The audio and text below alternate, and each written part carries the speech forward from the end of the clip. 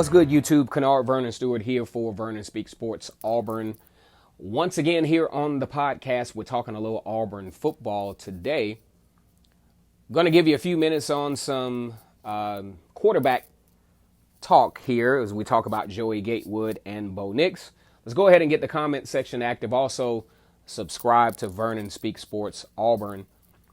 On this channel, it's always great to be an Auburn Tiger, and on the plains of Auburn in East Alabama, the battle cry is War Eagle. So the question was asked, who has the highest ceiling? Is it Joey Gatewood or is it Bo Nix?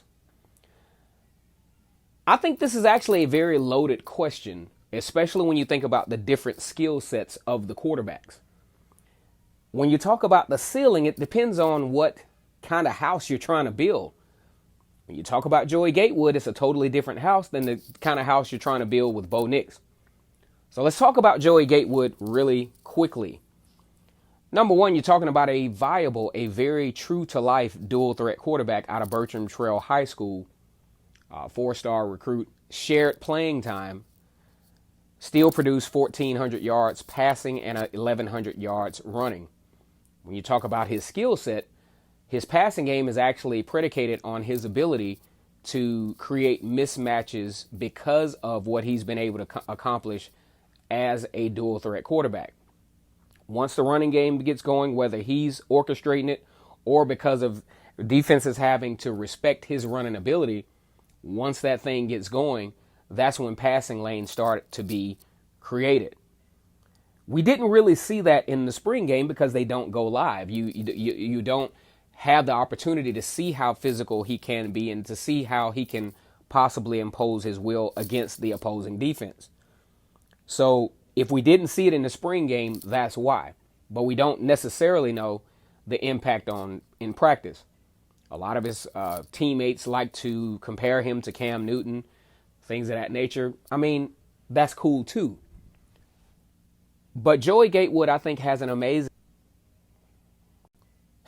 skill set because of his ability to not only run the football, but he has proven himself to some degree as a pretty decent passer. I mean, we're not asking this guy to be Joe Montana or Tom Brady. We're just asking him to be at least effective passing the football. Kind of like how Nick Marshall was. Nick Marshall was not even close. As a matter of fact, he could not go to the NFL as a quarterback because that wasn't his particular skill set. But he had an ability to throw the ball at least to some effective degree. So when we talk about the ceiling of, say, a Joey Gatewood, we have to see how the run-pass option gets going for him and really see how effective that he can be. You talk about guys like Kyler Murray, Nick Marshall, and even Cam Newton to a certain degree, really accentuating that level of skill set, which is not synonymous to what Bo Nix brings to the table. Now, as we talk about Bo Nix brings more of a natural pro-style type quarterback to the table. He's not necessarily the guy that's trying to, run for 100 yards in an SEC type setting. That's just not where I think his skill set is. I don't even think that's where his physicality is. But he has the ability to run the football. He's a little bit faster from what I can see on video footage than Jarrett Stidham, but he also can pass the football as well. I'm not sure if he can pass the ball as well as Jarrett Stidham did, but he has shown some level of elitism as a passer. Bo Nix can definitely accentuate his ceiling. It can be potentially pretty high, not only as he adds the run pass option abilities to the table, but he has a set of great receivers. And I think his decision making as it relates to reading coverages and that natural passer is a little bit different from Joey Gatewood. That brings the different kind of skill set as to where Gus Malzahn and Kenny Dillingham will have to decide, hey, which type of skill set do we want to go with? It's not a matter of who's the better quarterback or who has the highest ceiling. It's a matter of what skill set do we feel comfortable with implementing as to who's going to lead the team this particular fall. So when it comes to skill set and when it comes to ceilings, I think these two guys have very, very optimal opportunities based on their skill set and based on what Gus Malzahn and Kenny Dillingham wants to implement as the starting quarterback coming into the 2019 season.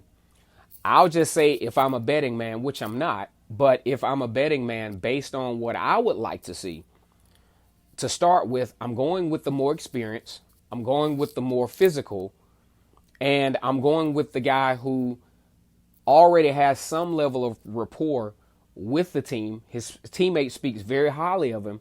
I'm going with Joey Gatewood for now, because I think he accentuates the totality of the skill set that you need initially as a quarterback who wants to do the run pass option scheme in the SEC, especially in the SEC West. You talk about guys like, say, Joe Burrow, who is that physical guy but can throw the football at the same time. That's kind of sort of what I'm seeing in Joey Gatewood. Bo Nix, I think Bo Nix will have the opportunity to be an elite quarterback at Auburn. Give him a little time, to develop. You're talking about a guy who was just playing high school football last year. Give some time for that skill set to transfer over to SEC play. Joey Gatewood's ceiling, I think, is based on his ability to not only implement that run pass option, but really accentuate himself as a passer, as Cam Newton did late in the season. I'll say mid-season on for the Auburn Tigers. I think Joey Gatewood's ceiling, how high his ceiling can go is based on his ability to accentuate the talents of the guys around him and to kind of, expand his already stable skill set as a quarterback. Once again, it's Kennard Vernon Stewart here for Vernon Speaks Sports Auburn. Leave your comment. This is my take on the ceiling possibilities of Bo Nix and Joey Gatewood. And as always, it's great to be an Auburn Tiger, War Eagle.